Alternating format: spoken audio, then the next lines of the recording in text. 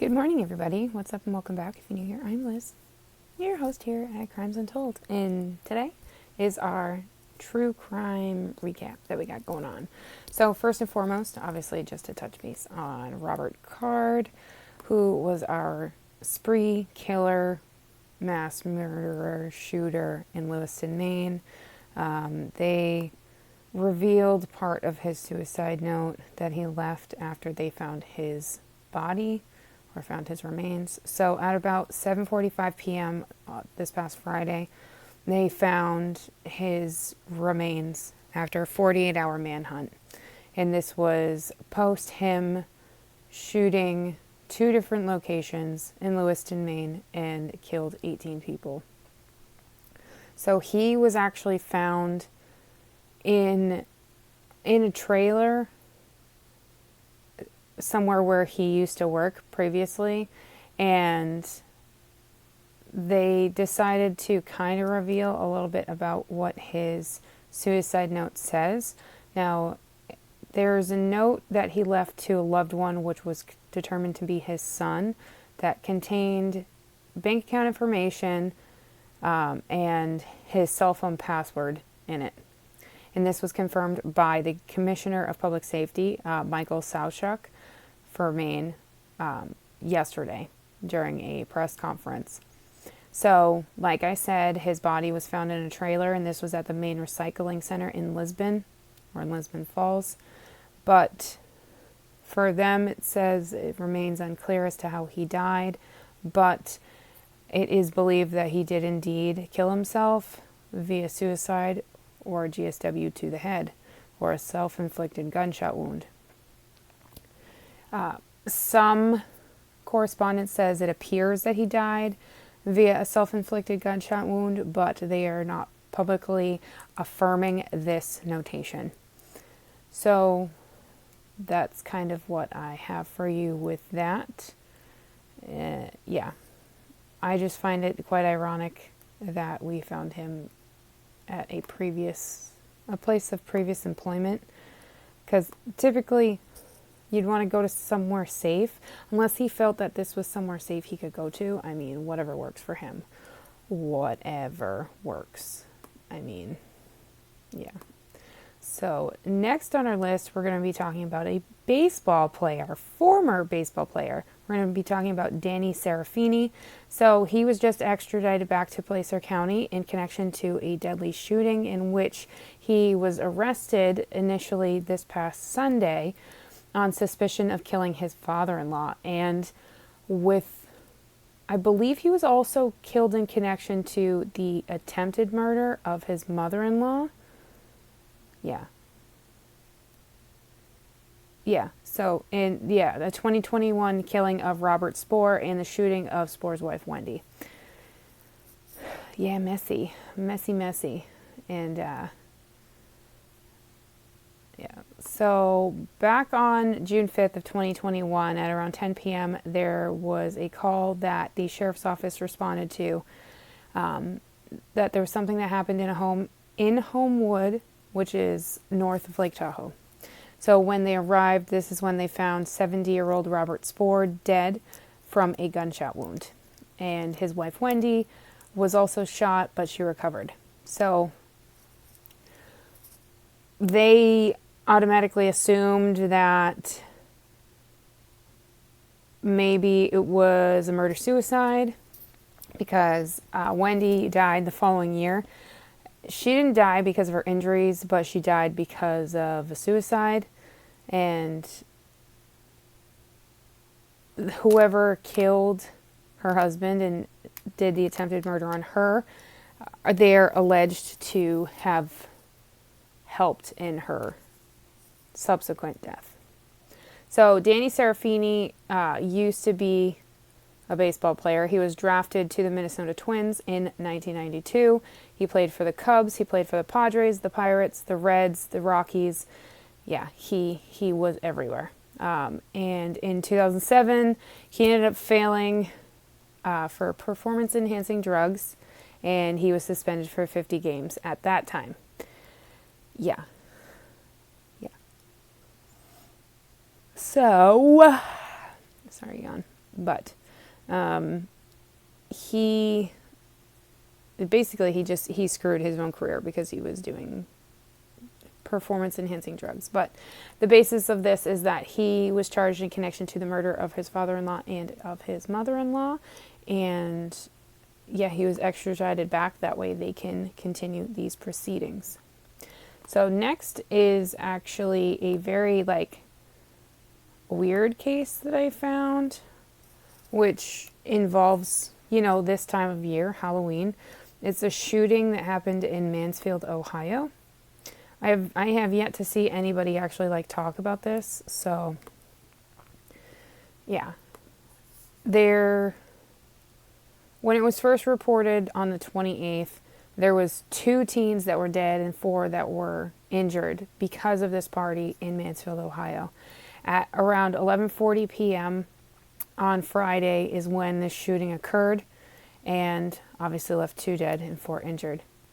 And this was a Halloween party. And as of Saturday morning, the shooter was still on the loose. The police ended up doing their thing. They collected things at the crime scene, which ended up being drug paraphernalia and different guns. So there was guns in the home. And police responded as quick as possible. Apologies. Yeah, police arrived as quick as possible. It is said that they heard gunshots. Well, during the call, they heard gunshots and people screaming and running from the scene. Because this is in a small, it looks like a very small community-ish street. And the victims in this case of the shootings, the 2 that died were 17 and 18, and the other 4 that were injured were between 14 and 19. So it's very a very young age group that this happened to. So next we're actually going to talk about a person that was convicted of something and has now been released. Very, very interesting. So back in 1994, Gregory Fitzgerald was found guilty of first-degree murder of his wife, Amy. And this was her murder it happened 30 years ago. But she was killed in her Shelburne home, and this is in Vermont. So what has recently happened is that Fitzgerald, How do I word this? So he agreed to a new plea agreement last year.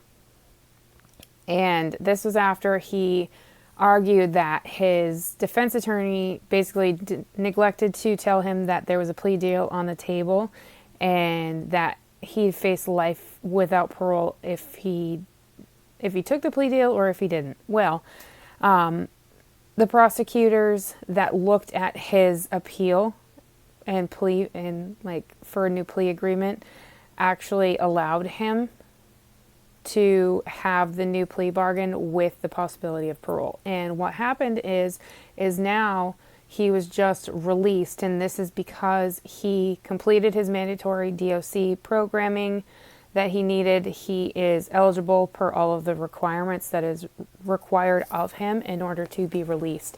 So he was released this week on the 27th, this past week, I should say, and he is on probation in Burlington. And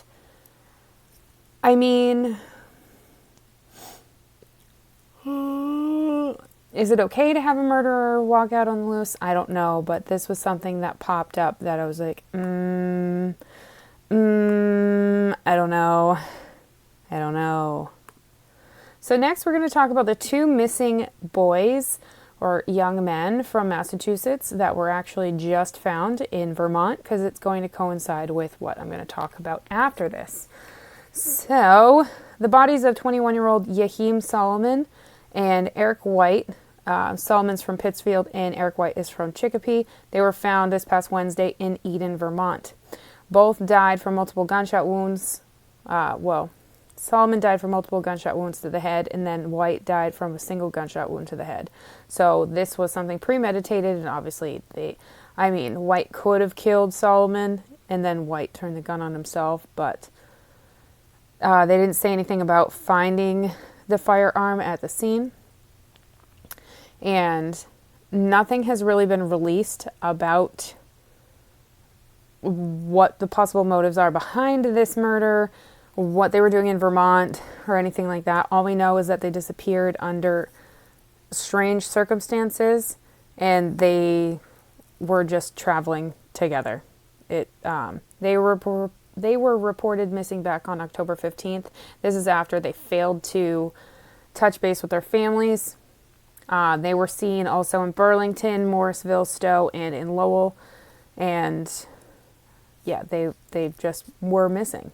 So this ties into what I'm going to talk about next. And I know this has been like publicly like shared on Facebook. If you're in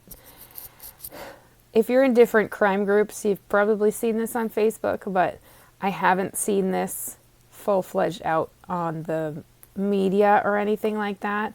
And basically, there's been 7 suspicious deaths in Vermont. No, I'm not kidding. And the 2 that I just talked about, Solomon and White, are among those 7. Well, yes. So there was another suspicious death that they found on Friday. And on Gore Road, there was some hunters that found a body at around 4:30 p.m. This body was taken and sent to the medical examiner's office to determine who it was and how they died. No one obviously is in custody, but so this, because it's, for this article, it says it's the 6th one this month, bringing the death toll up to 7. This is because of finding the 2 young men together, because that is 1 discovery but 2 bodies. Let's see if I can find another one, because there's been multiple bodies. I have the thing up on my phone, but let's see. The one that was found Thursday afternoon was identified as a woman in her early 20s, and they were waiting to confirm her identity because of the autopsy, which was scheduled to take place on Friday, which is the same day that they found victim number 7. They also were examining the area in which she was found. Let me pull up the thing. Afternoon, hunters discovered the body of a 23-year-old bar woman in Washington, Vermont. She was determined to be that of Tanya Velasquez Estrada. She was reported missing from Fitchburg, Mass. on the same day that she was found. Her cause of death is pending, but labeled as suspicious. That's the same day that the 2 men from Massachusetts were found. On October 16th, Gunnar Watson was shot and killed in his home, which was in Wheelock. Police haven't released many details of his death, but we know that he was a member of the Vermont National Guard since 2020. On October 14th, Wilmer Rodriguez, who's 27, was shot and killed in Newporttown. He's from Hartford, Connecticut, and he died from multiple GSWs, and his death has been ruled a homicide. October 5th, Honoree Fleming, who was a retired college dean, was shot to death while she was on a walking trail, which was just a short distance from Vermont State University's campus. And there is a sketch that's been released as a person of interest in this case, but at this time, obviously, the independent web sleuths of, people that are people are trying to piece together whether or not this is another serial killer or not that's killing people, which is entirely plausible, but we don't know as of yet. So that's that. And then the last things I'm going to touch base on are all unidentifieds that have been identified. So let me pull up the first one. So back in February of 1988, there was remains that was found in a dumpster in Jenkins County, Georgia. So this set of remains was an unknown woman. She was found inside of a large nylon suitcase that was wrapped with plastic and had duct tape on it. And the dumpster in which it was found was in Millen, or north of Millen in Jenkins County. So this woman was dead for about 4 to 7 days prior to being found, and she died via asphyxiation. Fingerprints and dental records were compared from her to others in the county, but nothing came back as who she was. She was determined to be that of Jenkins County Jane Doe or Jane Millen Doe. Those were her names that she went by. She also has a profile for NamUs, which is UP4697, and her DNA was uploaded to, or they tried to upload it to CODIS, but at the time she wasn't eligible for CODIS or any of the DNA that was found on her. They weren't eligible to be put onto CODIS. So in 2023, the Georgia Bureau of Investigation ended up submitting the evidence they had for the Jane Millen Doe to Othram, and with the help of Othram, they then were able to determine that this was indeed Chung-Eun Kim of Hinesville, Georgia. She came to the U.S. from Korea in 1981, and she was living in Hinesville for a short period of time prior to her death in 1988. So she was only 26 at the time of her murder, and obviously she was found in 1988.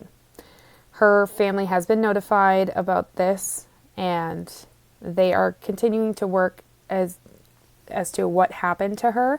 If you or anyone you know has any information about the death of Chung-Eun Kim, please contact the GBI at 912-871-1121. So next is the Indianapolis John Doe of 2017. So back in September of 2017, there were skeletal remains that were found in a wooded area in Indianapolis, Indiana. These remains were inside of an abandoned trailer that was overturned. These remains were believed to belong to a white male that was between 40 to 60. He was 5'10" in height, and there was different orthopedic things found on the legs, so the right radius, the right ulna, on the arm, and then the left femur. So this male was wearing blue jeans, a black belt, a plaid shirt, white shoes, and a dark jacket. So details of this case was uploaded to NamUs as UP17341, and there was extremely limited information about this case that they had, and with the limited information, they were unable to identify this, and he remained as the Indianapolis John Doe. So in 2023, again, the Marion County Coroner's Office submitted the evidence they had to Othram in hopes of identifying this person. They were then able to identify this as Randy Carl Lee, who is from Greenfield, Indiana, and he was born back on January 23rd of 1956 in Elwood, Indiana.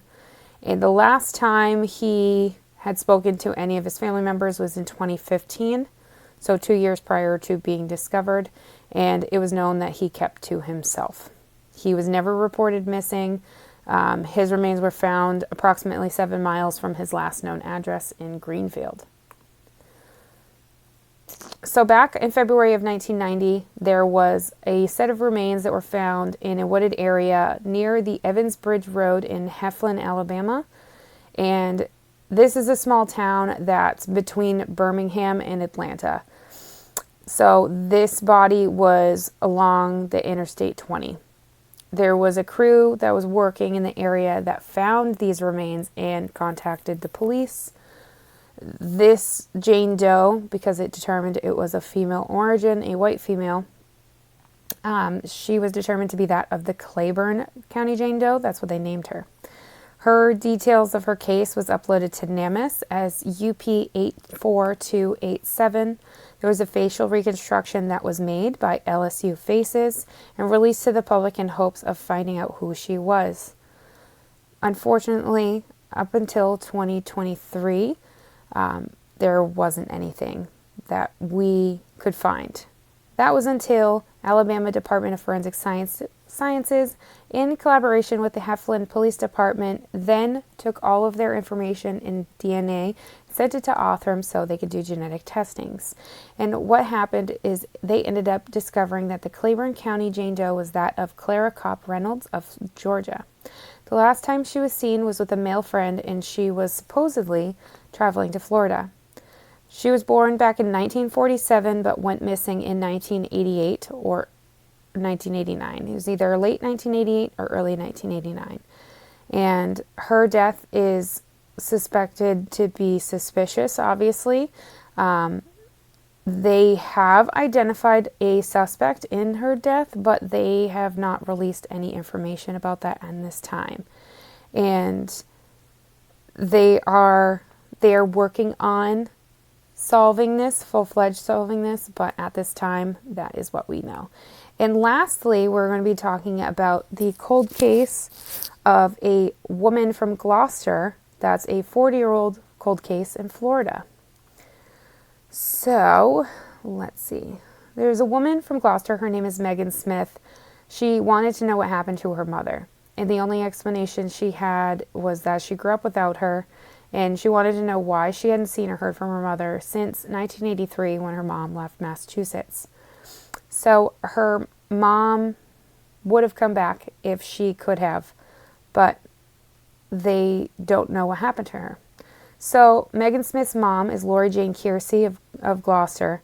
So Lori was actually married to a member of the Boston crime family, and it's believed that she was murdered sometime in February of 1984. And her body was actually found in a canal in Davie, Florida. So Kiersey was the unidentified Jane Doe for nearly 40 years. And what had happened is obviously forensics is what helped identify her.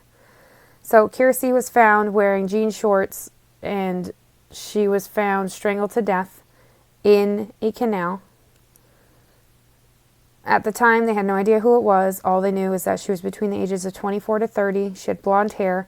She had a distinctive gap between her front teeth that may have been filled in at one point. She was about 120 pounds and 5'4", and she was naked from the waist up. They had no idea who she was at the time, but that it took some time for them to identify who it was. There was other murders that happened in the area of women that were also found in canals, like dead found in other canals. And they were starting to identify them. The first one was in 2022, and this was the cold case victim from 1975 that was identified as Carolyn Mowdy. And they ended up using the same process that they identified Mowdy with to identify Kiersey. And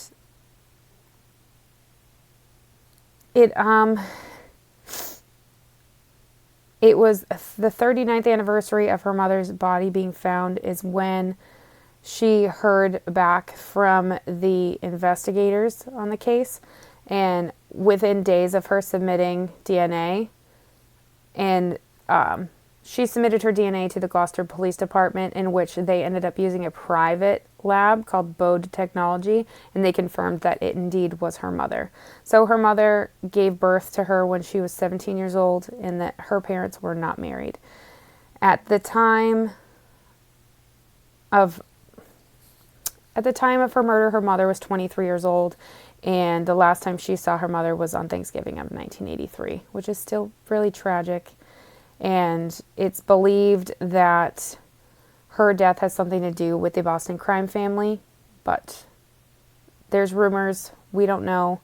And she was never reported missing in either Massachusetts or Florida, but the last time she was seen, I believe it was on Thanksgiving of 1983. And